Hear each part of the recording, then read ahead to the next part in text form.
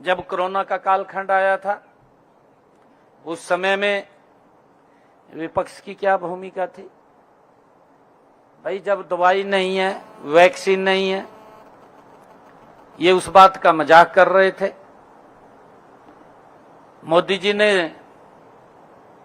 कहा था कि थाली बजाओ भाई, इससे थोड़ा आदमी का ध्यान डाइवर्ट होगा। परंतु विपक्ष की क्या भूमिका थी? क्योंकि मालूम उनको भी था कि अगर बाहर निकल गए तो घर में बैठे बैठे ही कोई ट्वीट कर रहा था, विरोध में कोई कुछ बोल रहा था, बड़ा विरोध किया। अब जब ये समस्या आई, अब भी कहा, अब फिर सड़कों के ऊपर विपक्ष दिखाई दे रहा। भाई 55 साल रहे आप लोग, आपके समय में डीजल पेट्रोल के क्या भाव थे? आपके समय में गैस की क्या स्थिति थी? उसके भाव क्या थे? कांग्रेस शायद इस बात को भूल गई है, इंडी गठबंधन भूल गया है। अरे गरीब व्यक्ति को तो गैस का सिलेंडर आपकी सरकार में मिलता नहीं था। आम जो गरीब, जिस देश का आम व्यक्ति था, जो शहर में रहता था, उसको भी गैस का सिलेंडर 3-3, 4-4 दिन भयानक सर्दी, गर्मी, बरसात के अंदर लाइन में लग करके लेना पड़ता था। ये शायद भूल गए हैं उस बात को। अब मैं देख रहा था कल, गधे के ऊपर गैस का सिलेंडर दर का घूम रहे। भाई ऐसा तो ना करो, गधे के ऊपर क्या होता रखा है? गधे पे नहीं डरना चाहिए। वैसे तो इन्होंने ठीक रखा गधे के ऊपर सिलेंडर, इसमें कहने की तो कोई जरूरत नहीं है। गधे के ऊपर ठीक सिलेंडर रखा है, क्योंकि इन्होंने क्या हालात किए थे, क्या हालात अपने समय में किए थे, ये भूल गए हैं। और आज किस प्रकार से आदरणीय मोदी जी के नेतृत्व में देश की जनता आदरणीय मोदी जी को, मोदी जी की नीतियों को आज प्रेम कर रही है और उनका सम्मान कर रही है। जब देश की जनता सम्मान कर रही है, प्रेम कर रही है, तो इनको पीड़ा हो रही है। तो मोदी जी को कभी कुछ बोलते हैं, कभी कुछ बोलते हैं। हर 6 महीने में कोई ना कोई इस प्रकार की गाली देने का काम ये कांग्रेस के लोग कर रहे हैं। साथियों, क्योंकि ये अब मानसिक संतुलन से इनका खराब हो गया है, मुझे ऐसा लगता है, क्योंकि इनका मानसिक संतुलन गड़बड़ा गया है। जब ये सत्ता में थे तब तो गरीब व्यक्ति की याद नहीं आई। हमारे राम कुमार कश्यप जी कह रहे थे, तब तो ओबीसी को इन्होंने वोट बैंक के रूप में इस्तेमाल किया। उनके अधिकार की बात आती थी तो उनको सबसे पीछे कर देते थे। साथियों, आदरणीय प्रधानमंत्री जी ने आह्वान किया, अपील किया कि हमने खर्चे को कम करना है। साथियों, उसी का तो परिणाम है ये कश्यप समाज इस देश की मजबूती के लिए बड़े कार्यक्रम को छोड़ करके छोटे कार्यक्रम में आकर के बैठ गया है। ये राष्ट्र की मजबूती का ही, साथियों, उसकी एक कदम ये कश्यप समाज आगे बढ़ा रहा है। आदरणीय प्रधानमंत्री जी के उस आह्वान को आपने स्वीकार किया है, और स्वीकार किया है तो उसी का ही ये परिणाम है। परंतु ये फिर रहे हैं बिजा सड़का पा लाले पुआ का घेर दिए बिजा, चौड़े हो रहे थे। कहा जी इसमें तो कहा हम जीतेंगे, कहा स्थानीय निकाय वाले दूरबीन लगा देख रहे हैं बिजा भी कहां सीट हमारी। और मैंने कहा भी है, मैं कहा भी तो ये बान की दिखी है, 2029 में पता चला गया तब नो होगा। रिजर्व सीट ढूंढ रहे हैं, रिजर्व सीट। रिजर्व सीट कैसी? अमेठी छोड़ दी, वायनाड चला गया, महारिजर्व सीट अभी यहां जीत जाएंगे हम, परंतु आने वाले समय के अंदर वो भी स्थान नहीं मिलने वाला है जो इनकी नीतियां हैं। साथियों, मैं आप लोगों को कहना चाह रहा हूं, देखिए अभी इन्होंने जब पीछे इलेक्शन थे बहुत सारे वायदे इन्होंने किए थे, घोषणाएं की थी, घोषणा पत्र जारी किया था, कांग्रेस ने भी किया था। हमारे यहां से एक कहावत है, कहा गिरगट नु देख का गिरगट रंग बदल जा, कहा ना इब कांग्रेस नु देख का आम आदमी रंग बदल गया। बदल गया नहीं बदलिया है? इब वो तो दिल्ली में तो खड़े होकर मंच पर ये कह रहा, कहा या कांग्रेस पार्टी इतनी भ्रष्टाचारी पार्टी या मैं अपने बच्चों की कसम खाता हूं, कहा मैं कभी समझौता नहीं इससे करूंगा। इब थम तो जाना भाई कुरुक्षेत्र में का समझौता कर लिया, मन्नी लाल ने पुआई दिया मेरे खिलाफ खड़ा कर दिया, कराया नहीं कराया? दोन्नी ने समझौता करके कांग्रेस और आम आदमी ने मेरे खिलाफ प्रत्याशी तार दिया। ये तो आप लोगों का आशीर्वाद था, गमाई दिए दर का।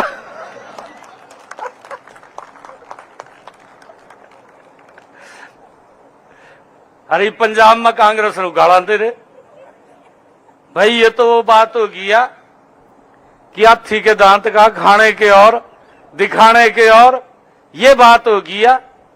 परंतु मैं आज महर्षि कश्यप जी की इस पवित्र दिन के अवसर पर, उनके प्रकाश पर्व के अवसर पर मैं आप लोगों से अपील करता हूं कि हमारी बहुत सारी रिश्तेदारियां वो पंजाब में होंगी, जायका सुपड़ा साफ कर दे उनका।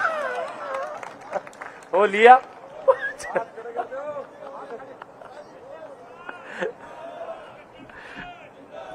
क्योंकि झूठे वादे करे इन्होंने, झूठी बातें बोली हैं।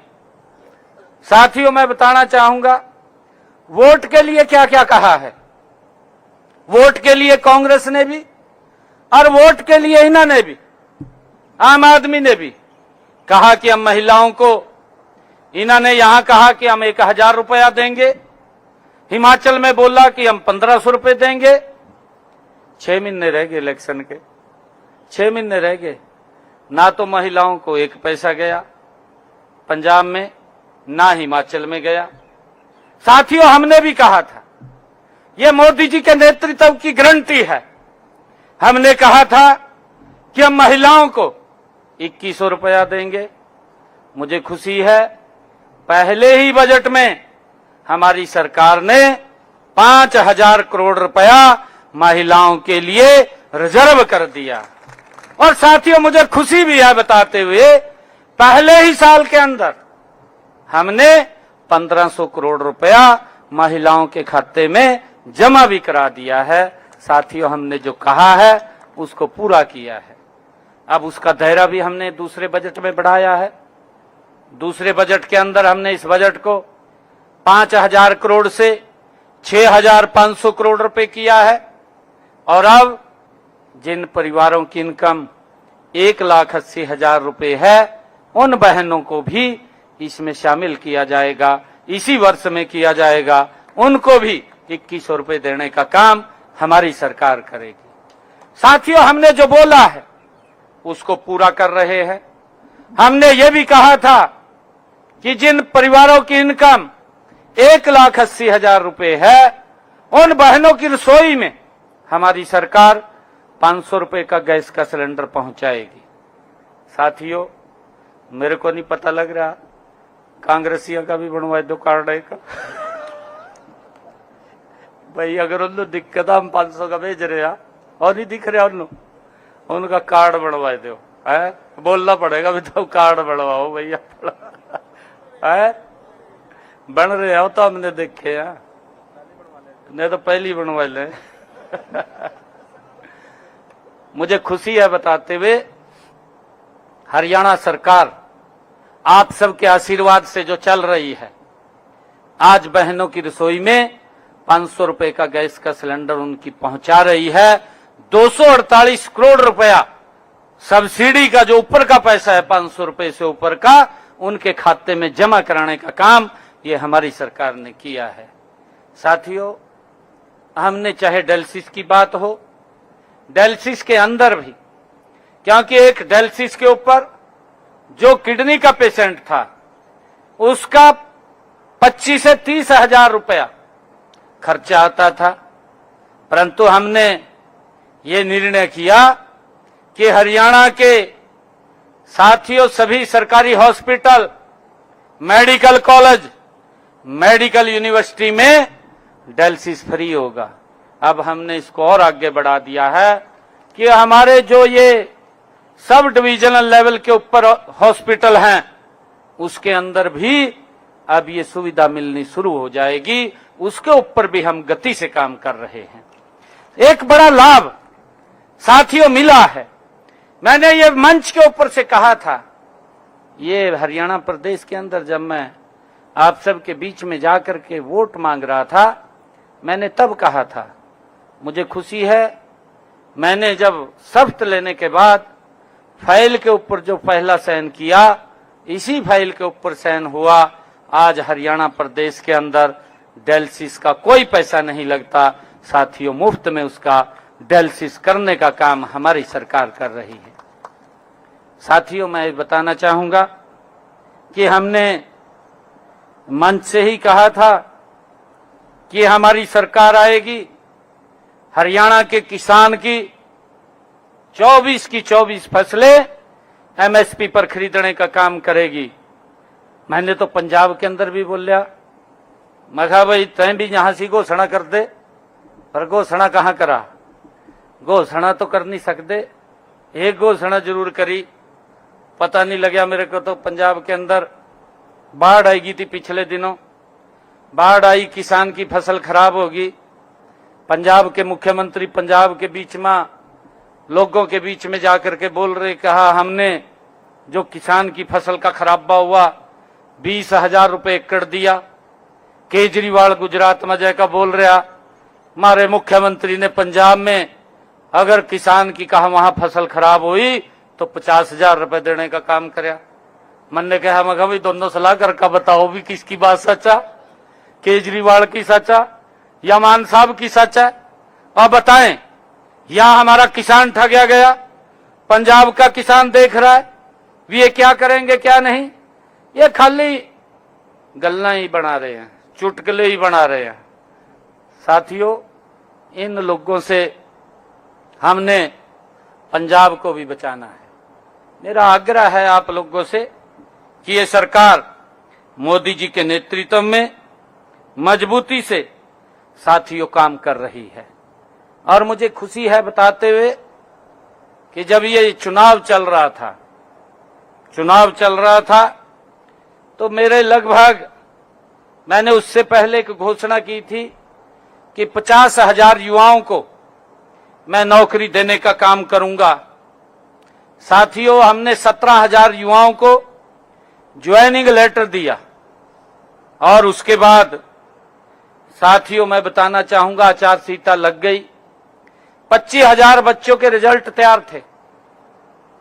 मेरे पास हरियाणा प्रदेश से लगभग 2,000 युवा रात के समय आया, यहां पे रात के समय आया और कहने लगे मेरे को मिलने के लिए। जब आए कहा मुख्यमंत्री जी, मैं कहा हाँ जी, कहा जी हम आपसे एक बात कहना चाहते हैं। मैं कहो जी क्या कहेंगे। मेरे को कहने लगे, कहा जी हवा चल रही है, भी कांग्रेस की सरकार आएगी, आप कहा ये रिजल्ट निकाल दो, नहीं तो कहा हमें नौकरी नहीं मिलेगी। कितनी बड़ी बात बोल ली, कितना उनके मन में पीड़ा थी, कितना दर्द था। कहा जी आप रिजल्ट निकाल दो, नहीं तो ये नौकरी नहीं लगेगी, हमें पता नहीं कौन लगेगा, कैसे लगेंगे। और वो चर्चा भी कर रहे थे इलेक्शन के अंदर, आप लोगों को पता। एक ने तो यही कह दिया, कहा जी मैं सबसे पहला अपना घर भरूंगा, कहा फिर कहा रिश्तेदार का भरूंगा, जिनने वोट दिया मैं देखते रहो। एक ने कह दिया, कहा जी मेरे जितनी हिस्से मांगेगी मैं उतनी दूंगा। कहा आपके सामने कहा ना, आपके पड़ोस में कहा होगा इंद्री तो पढ़ ले पासा है, कहा इंद्री तो पढ़ ले पासा कहा ना, कहा भाई मेरे हिस्से में जितनी आवेगी उतनी दूंगा। कहा एक वोट की नहीं, एक नौकरी की 50 वोट है, कहा 50 वोट पाई दो, एक नौकरी ले लो, कहा मेरे हिस्से में इतनी आवेंगी। कहा हमने कहा भाई इससे बंट गए नहीं तो। अरे यही उनको पीड़ा थी। और वो मेरे पास युवा आए, कहने लगे कि मुख्यमंत्री जी आप रिजल्ट निकाल दो। मैंने कहा मैं तो नहीं भाई रिजल्ट निकाल सकता, एक काम करो कांग्रेसियों के घर क्या गदर न दे दो। मैंने लोग वहां दर न दे दो। वो चीफ इलेक्शन कमीशन पर पेश हुए हैं। हरियाणा के कांग्रेस के नेता चीफ इलेक्शन कमीशन पे गए हैं। एक बड़ा नेता इन्होंने दिल्ली से पकड़ लिया कांग्रेस ने, उसनु लेकर गए और वहां जाकर बोलिया, कहा जी हरियाणा सरकार ਨੂੰ रोका जाए कि वो रिजल्ट ना निकाले। उसने गेल पड़ी, वहां तो एक ईमेल जारी कर दी, एक लेटर जारी कर दिया और ये बोलिया, कहा जी जब तक कोड ऑफ कंडक्ट लगा हुआ है कि वो आप रिजल्ट ना जारी करें कोई भी। नहीं करेंगे। मैंने कह दिया हम नहीं करेंगे। मैंने युवाओं को कहा आप जाइए, 8 तारीख के बाद आप सबके आशीर्वाद सहयोग से तीसरी बार नॉन स्टॉप मोदी जी के नेतृत्व में भारतीय जनता पार्टी की सरकार आ रही है। एक वादा आपसे करता हूं कि मैं सख्त बाद में लूंगा, पहले आपको ज्वाइनिंग लेटर दूंगा। साथियों मैंने उनको कहा था, कांग्रेस वाले कह दे या बात कह दे तो अगले कहेंगे भी तो भाई राजमा है तो राम ते काट डांगे कहा रिजल्ट। फिर वजन देखा दे किसकी टैची में कितना वजना, उन तोल तोल का देखी जाते भी किसकी टैची में कितना वजन है। फिर कहीं जाकर जब अगला चुनाव आ जाता था उससे पहले 5-4 महीने पहले फिर रिजल्ट निकाला थे, विवाह बन जाएगी।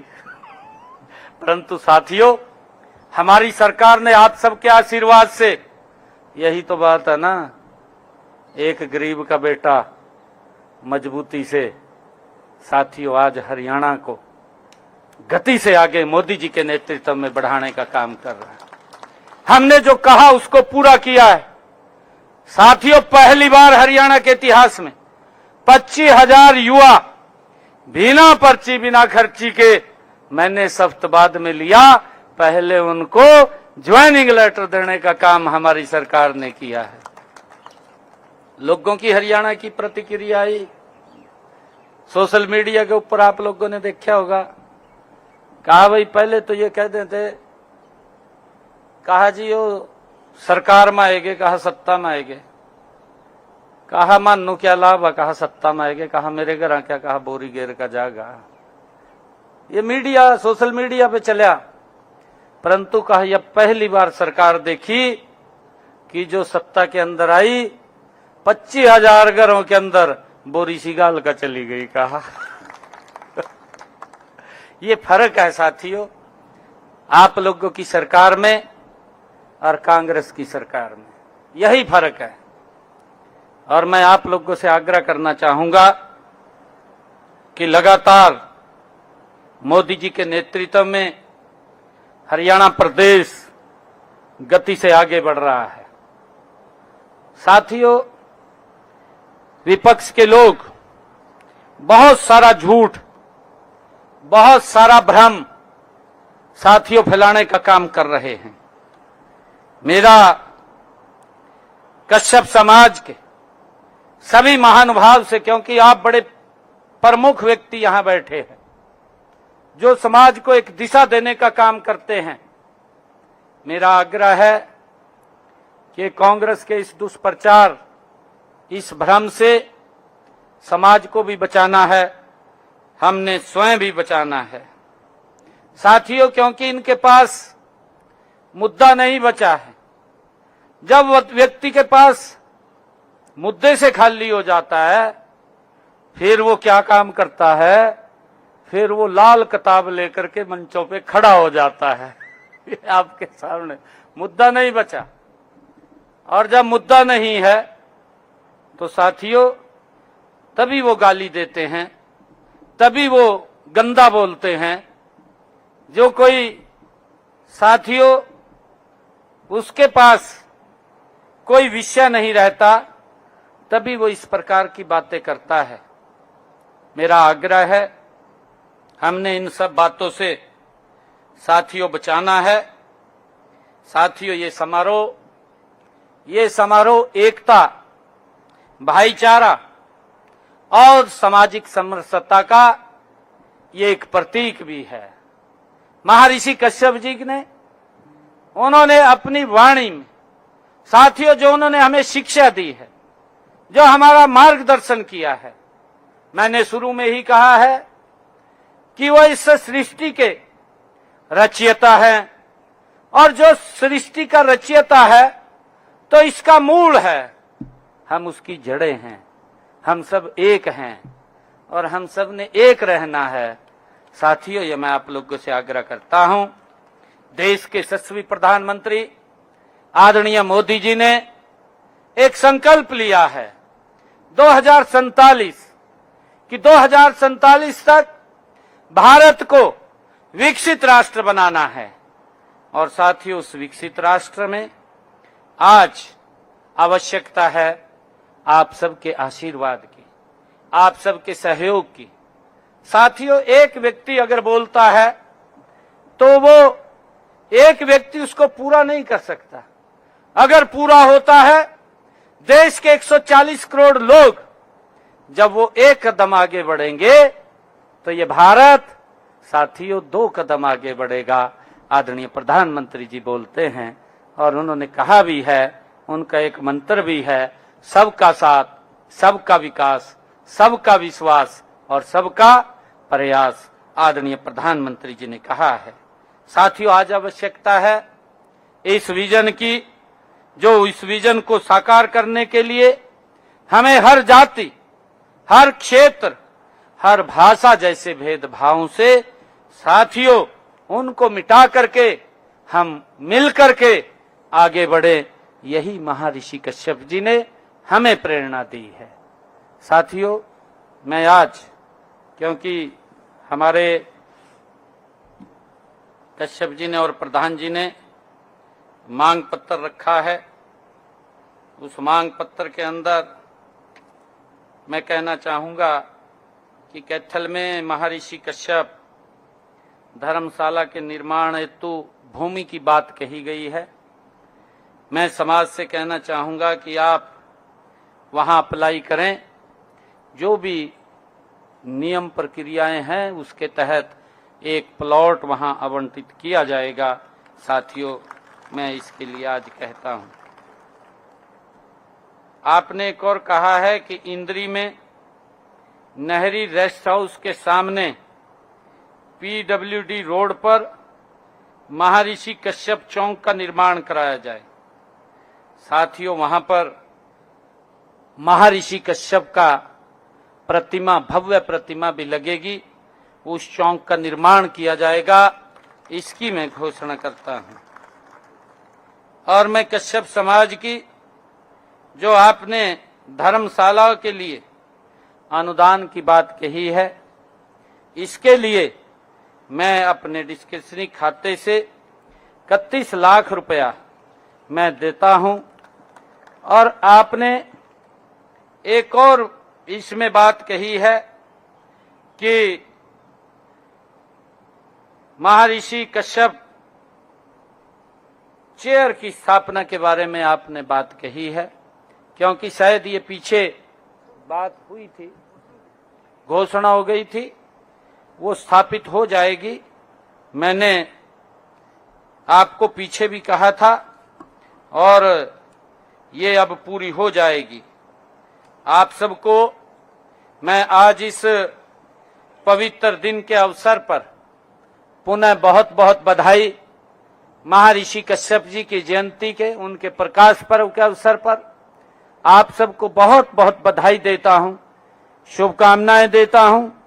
और साथियों हमें संकल्प लेना चाहिए, हमें ये संकल्प लेना चाहिए कि हम बच्चों को, जो महर्षि कश्यप जी ने हमें एक प्रेरणा दी है, एक मार्ग दिखाया है।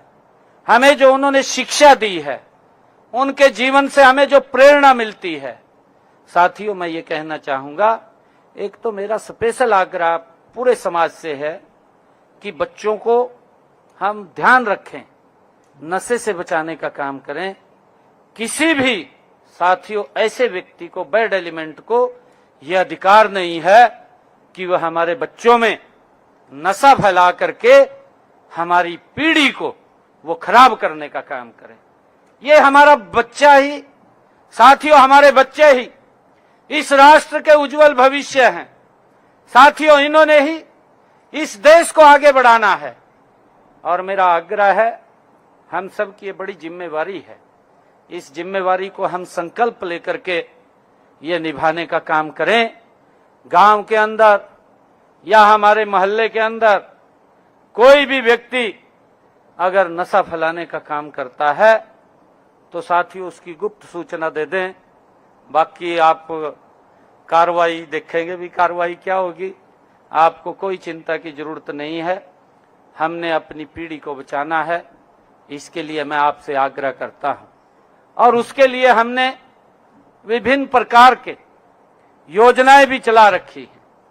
साथियों चाहे पिछले दिनों साइक्लोथॉन हो, मैराथन की बात हो या साथियों राहगिरी की बात हो, हमने अलग अलग कार्यक्रमों के माध्यम से उन युवाओं के बीच में कार्यक्रम भी कर रहे हैं, जिनमें मैं स्वयं साथियों वहां शामिल होता हूं। और मेरा ये विशेष तौर से आग्रह है कि इस चीज से हम अवश्य बचाएं। और मैं आपको ये भी बात कहना चाहता हूं कि आदरणीय मोदी जी हैं जिसने बीसी समाज को सम्मान दिया है, बीसी आयोग बनाया है, उसको संवैधानिक शक्तियां दी हैं। साथियों मुझे खुशी है आज हमारे ओबीसी समाज के बच्चे केंद्रीय स्कूल में एडमिशन ले रहे हैं। इस बीसी आयोग के कारण आज हमारे बीसी समाज के बच्चे नवोदय विद्यालय में एडमिशन ले रहे हैं। आज हमारे ओबीसी समाज के बच्चे केंद्रीय विद्यालय में एडमिशन ले रहे हैं। हमने कहा था जब आदरणीय प्रधानमंत्री जी ने इसको लागू किया था कि हमारे आने वाली पीढ़ियां अब बदलना शुरू हो जाएंगी। साथियों अब वो भी जो मेहनत करते हैं, हमारे बच्चे, हमारे लोग जो मेहनत करते हैं, पहले उसका फल नहीं लगता था। अब मोदी जी के नेतृत्व में ये डबल इंजन की सरकार में साथियों उसका फल लगता है। किसी को अधिकार नहीं कि उस फल को और कोई तोड़ ले जाए। जो मेहनत करता है वही उसको खाता है। और साथियों आज हमारे बच्चे जो एमबीबीएस की नीट की परीक्षा है उसमें भी 27% साथियों आ रहे हैं। आज यूनिवर्सिटी के अंदर भी हमारे प्रोफेसर्स लग रहे हैं। साथियों ये इसका परिणाम है। आज प्रधानमंत्री मोदी जी ने ओबीसी समाज को मजबूत और सशक्त करने का काम ये किया है। साथियों आप सबका मैं आज इस अवसर पर बहुत बहुत बधाई देता हूं। आप सबको एक बार फिर मैं महर्षि कश्यप जी की जयंती की आप सबको बहुत बहुत बधाई और शुभकामनाएं देता हूं। इन्हीं शब्दों के साथ जय हिंद, जय भारत, जय हरियाणा। महर्षि कश्यप की, महर्षि कश्यप की बहुत बहुत धन्यवाद। जय हिंद, जय भारत।